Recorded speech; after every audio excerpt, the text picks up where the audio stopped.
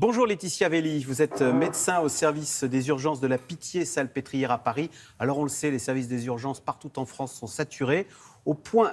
Alors on va prendre un cas très concret. Si en sortant d'ici, je tombe à vélo, est-ce que je vais aux urgences de la Pitié-Salpêtrière ou est-ce que non? D'abord, je téléphone, je fais le 15 pour qu'on m'oriente et que je n'aille pas inutilement engorger les urgences. C'est une très bonne question pour cet été, effectivement.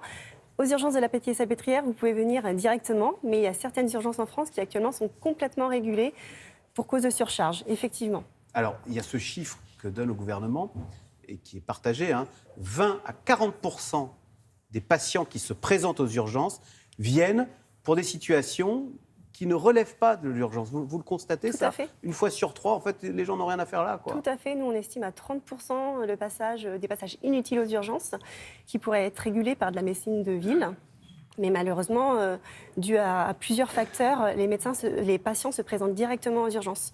Et parfois, faute de médecins en ville, faute de médecins généralistes. Est-ce que vous en voulez un petit peu aux médecins généralistes vous êtes en train de dire, eux, ils sont partis en vacances et nous, du coup, les patients viennent chez nous pour une angine, quoi? Du tout. Ce n'est pas la faute des médecins généralistes. Il y a eu aussi plusieurs facteurs qui font que les médecins généralistes sont surchargés eux aussi. Par exemple, le numerus clausus, qui a fait qu'il y a beaucoup moins de médecins généralistes installés sur toute la France et on ne peut pas leur en vouloir de partir un peu en vacances. Est-ce qu'il n'y a pas, et là on est tous responsables, nous les patients, une montée de la bobologie. Autrefois, quand on tombait, on n'allait pas aux urgences systématiquement. Maintenant, au moindre bobo, au moindre pépin, hop, dans le doute, on va aux urgences. Tout à fait. C'est un mésusage des urgences. Après, c'est compliqué parfois pour les patients de savoir si c'est urgent ou pas. Et la bobologie, c'est toujours quelque chose de complexe au niveau traumatologique. Mais par contre, des patients qui viennent pour des douleurs depuis 6 mois, ça, c'est clairement quelque chose de non urgent. Ah, il y a des gens qui viennent, ça fait 6 mois que j'ai mal au dos. Tout à donc fait. Ça pourrait attendre 6 mois et un jour, on se dit, mais ils viennent aux urgences. Malheureusement, et qui peuvent consulter à 2h du matin. Et ça, c'est quelque chose qui est très pénible au niveau des urgences. Consulter à 2h du matin, voilà, c'est ce que j'allais vous demander. Parce que comment vous gérez ces urgences?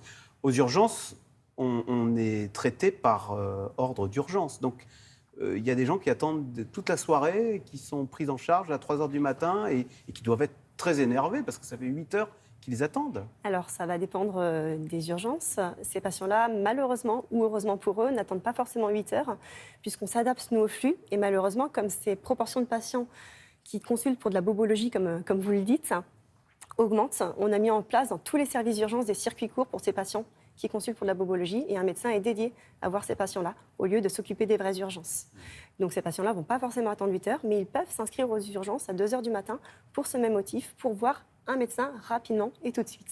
Alors on imagine de la frustration, mais ça fait 2 heures que j'attends, personne ne s'occupe de moi, de la tension, ce qui fait que c'est un peu le service où beaucoup de gens, beaucoup de soignants jettent leur blouse et il y a beaucoup de démissions au service des urgences. Tout à fait, il y a des démissions ou surtout des gens qui partent en fin de contrat provisoire à durée déterminée puisque il y a une montée d'agressivité dans les services d'urgence liée à cette attente, liée au fait que les gens veulent tout et tout de suite, mais aussi liée au fait que la pénibilité de ce travail, de travail de nuit, du fait qu'il manque de lits sur l'hôpital, qu'il manque de personnel médical et paramédical, tout ça entraîne un burn-out des soignants et effectivement des gens qui partent de l'hôpital pour aller faire du libéral ou s'installer sur une toute autre activité. Faire du libéral. Mais alors du coup, c'est la spirale infernale parce qu'on imagine si vous êtes de moins en moins nombreux aux urgences, ça fait de plus en plus de travail pour les malheureux qui restent. Donc c'est une spirale mortifère. Tout à fait, c'est le cercle vicieux. Alors, on parlait de la bobologie. Je suis sûr que vous voyez un nombre de cas où vous dites ça, c'est l'accident bête et on ne s'en rend pas compte. Est-ce que vous avez des petits conseils à nous donner pour éviter de se retrouver aux urgences? Je pense à une chose toute bête, mais on est souvent de plus en plus le nez collé sur son téléphone quand on traverse la rue, quand on marche sur le trottoir, au point qu'on se prend parfois des poteaux, tel Pierre Richard dont on parlait tout à l'heure dans l'émission. Tout à fait. Ça arrive tous les jours. Mais le conseil que je pourrais donner, c'est peut-être éviter la trottinette et surtout porter des casques. Malheureusement, on a de plus en plus d'accidents par trottinette qui sont quand même parfois assez graves. Et oui, parce que la trottinette, on arrive très vite et on tombe Tout à fait. Et on se fait mal au poignet. Et malheureusement, on se fait mal au poignet ou on a un traumatisme crânien. Donc la trottinette, le vélo, tout ça. On Ouais. fait attention. Le Covid, d'ailleurs, vous en voyez toujours ou pas? Il y a On en toujours voit toujours, mais beaucoup moins, et surtout des patients beaucoup moins graves, puisque la vaccination marche. Donc les cas sont beaucoup moins graves. C'est incroyable ça, parce qu'il y a 50 000 contaminations jour au Covid. Mm. Mais maintenant, comme on le dit, hein, la vaccination protège contre les formes graves. Tout à C'est-à-dire fait. qu'on est malade, mais pas au point de devoir aller à l'hôpital. C'est ce que vous nous dites. Tout à fait, tout à fait.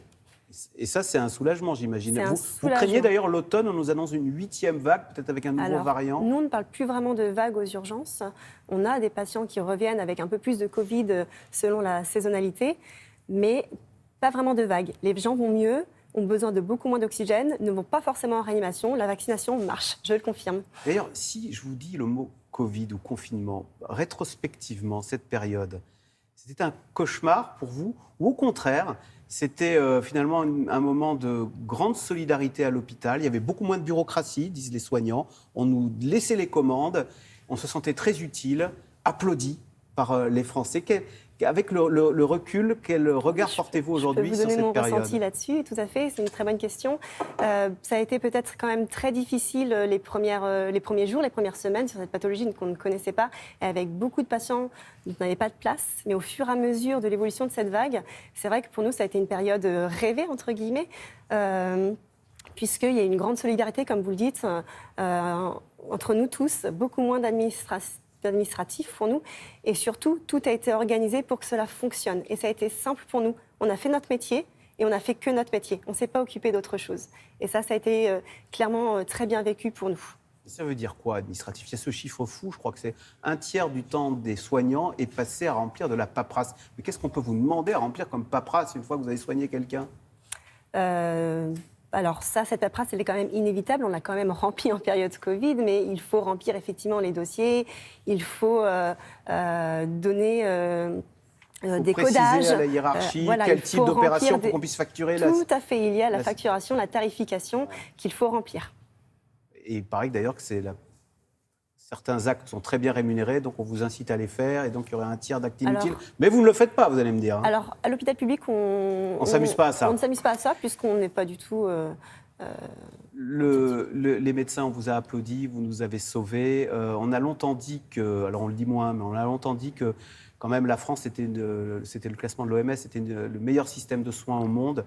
Est-ce qu'on reste quand même, quand vous comparez avec les pays européens comparables, est-ce que l'hôpital français reste quand même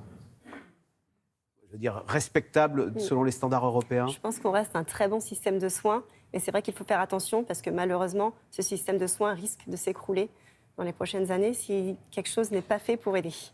Eh ben, merci en tous les cas de le faire vivre Merci et de beaucoup. nous avoir soigné, Merci. Laetitia Velli. Donc je rappelle que vous êtes médecin au service des urgences à la Pitié-Salpêtrière.